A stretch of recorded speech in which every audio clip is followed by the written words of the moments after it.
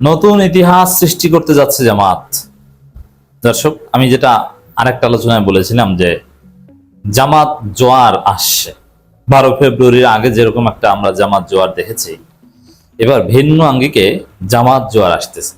12 ফেব্রুয়ারির আগে জামাত জোয়ার, জামাতের প্রতি মানুষের হাইপ, আগ্রহ, আকর্ষণ, এটা জামাত ক্ষমতা আসবে এই সেন্সে।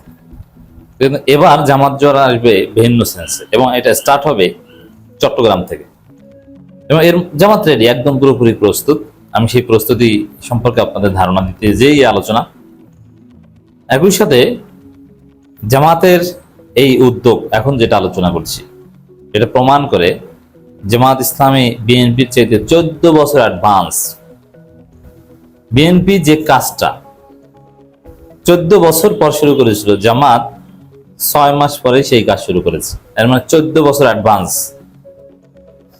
রাজনীতিতে একটা দলের নানান দিক থেকে সফলতা বা জনগণকে আকর্ষণ করার দিক আছে।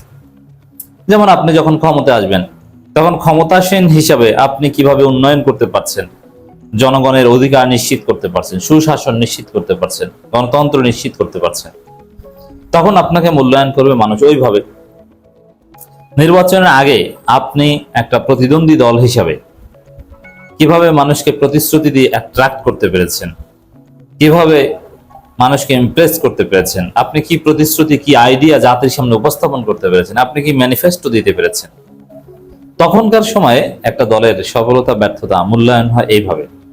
অবশ্য তখনকার সময় অতীতও অনেকে দেখে, কিন্তু বাংলাদেশের মানুষ আবার অতীত ভুলে যায় খুব সহজে। তা নির্বাচনের সময় আরো টাকা পয়সা, নানান বিষয়ে, এগুলোর উপর অনেক কিছু নির্ভর করে। তো দর্শক, আবার যখন বিরোধী দলে থাকে, তখন তার জনপ্রিয়তা, শ্রেষ্ঠত্ব মাপা হয় অন্যভাবে, এবং জনগণের আকর্ষণ তৈরি হয় অন্যভাবে।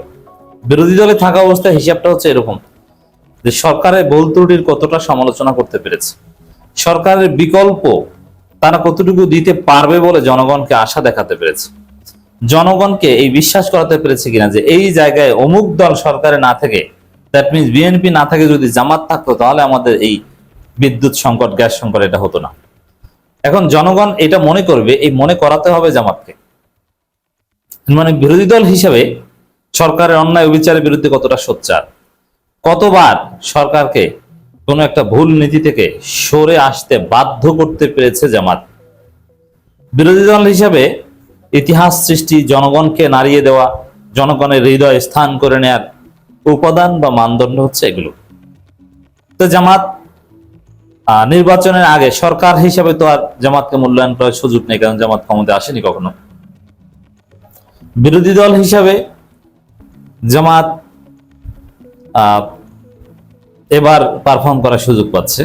আর নির্বাচনের আগে তো বললাম যে ক্রাইটেরিয়া যা ছিল সেখানে ভালো করেছে, কিন্তু কিছু মেকানিজমে জামাত হেরে গিয়েছে। যেমন সুইং ভোটার শেষ পর্যন্ত বিএনপির দিকে টার্ন করেছে, বিশেষ করে ঠাকুরগাঁও জেলা আমির কাণ্ড, মিডিয়ার নানান অপপ্রচারের কারণে।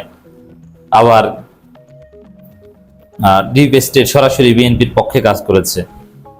আর ডিপ স্টেটের হিসাব যদি বাদও দিই, আওয়ামী লীগ এবং হিন্দু ভোট, এই দুইটা সমীকরণে জামাত একটা ধরা খেয়েছে। তো এখন বিরোধী দল হিসাবে জামাতের আবার জেগে ওঠার পালা, জনগণের আস্থা অর্জন করার পালা, এবং এই যে স্রোত, এই স্রোতেই ক্ষমতায় যাওয়ার সুযোগ। এই পথে হাত দিয়েছে জামাত। বিএনপির সাথে একটু তুলনা করি। বিএনপি 2022 সালে, দ্যাট মিনস আওয়ামী লীগ 2008 সালে ক্ষমতা আসার 14 বছর পর চট্টগ্রাম থেকে বিভাগীয় সমাবেশ শুরু করেছিল। ওই বিভাগীয় সমাবেশের মধ্য দিয়ে মূলত বিএনপি সরকার বিরোধী আন্দোলন সূচনা করেছে। তার আগে কোনো কার্যকর সরকার বিরোধী আন্দোলন 14 বছরে করতে পারেনি।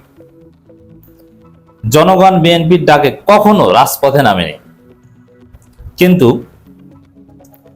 2022 সালে এই জুলাই মাসেই, সম্ভবত আগস্ট মাসেই যে বিভাগীয় সমাবেশ শুরু করেছে বিএনপি, শুরু করেছিল, তখন সাধারণ মানুষের একটা আগ্রহ তৈরি হয়েছিল, আশা জেগেছিল যে না, আমরা এবার ফেসিবাদ থেকে মুক্তি পাবো। এবং সরকারের সমালোচনা, সরকারের বিরুদ্ধে একটা বার্তা দিতে পেরেছিল। যদিও দিন শেষে সেই আন্দোলন সফল হয়নি, কিন্তু বিএনপি সেই বিভাগীয় সমাবেশ, এরপরে তারুণ্যের সমাবেশ, এর মাধ্যমে দেশব্যাপী একটা আলোড়ন সৃষ্টি করতে পেরেছিল। তারা যে বিরোধী দলে আছে, জনগণের আকর্ষণটা তৈরি করতে পেরেছিল। তো ওই চট্টগ্রাম থেকে জামাত এবার ওই লং মার্চ শুরু করতে যাচ্ছে। এর মধ্য দিয়েও এরকম একটা আকর্ষণ তৈরি করবে জামাত। যে কাজটা বিএনপি 14 বছর পর করতে পেরেছিল, ওইটা জামাত এখন 6 মাস পরে শুরু করেছে। এবং চারদিকে দেখবেন মানুষ, ওই সময় মনে আছে সরকার নানানভাবে বাধা দিত বিএনপির বিভাগীয় সমাবেশে আসতে, কিন্তু মানুষ সাইকেল চালিয়ে আসতো, কেউ চিড়ামুড়ি নিয়ে আসতো, ওখানে এসে রান্না করে খেত, আগে চলে আসতো, শহরে আত্মীয় স্বজনের বাসায় থাকতো, হোটেলে থাকতো, যাদের কোথাও থাকার জায়গা নাই তারা খোলা মাঠে থাকতো। এর মধ্য দিয়ে বিএনপি নেতাকর্মীদের মধ্যেই একটা গতিশীলতা তৈরি হয়েছিল। যদিও দিন শেষে আন্দোলন সফল হয়নি এবং হাসিনার পতন বিএনপি ঘটাতে পারেনি। শেষ পর্যন্ত ছাত্রদের একটা আন্দোলন এবং অলৌকিক সাহায্যের মাধ্যমে হাসিনা পতন হয়েছে। বাট বিএনপি ওই কাজটা করেছিল।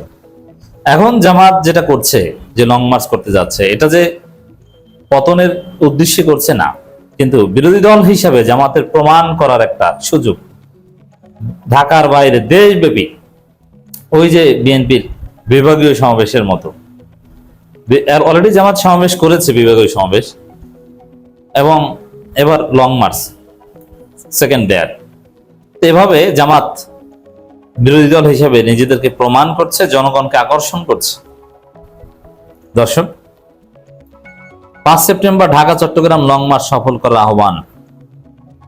এর মানে লং মার্চ নিয়ে জামাত সিরিয়াস।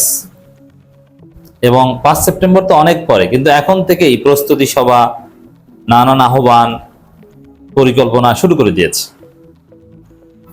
তো দর্শক, ইতিহাসের অন্যতম সারা জাগানো আলোড়ন সৃষ্টিকারী লং মার্চ হবে ঢাকা চট্টগ্রাম লং মার্চ।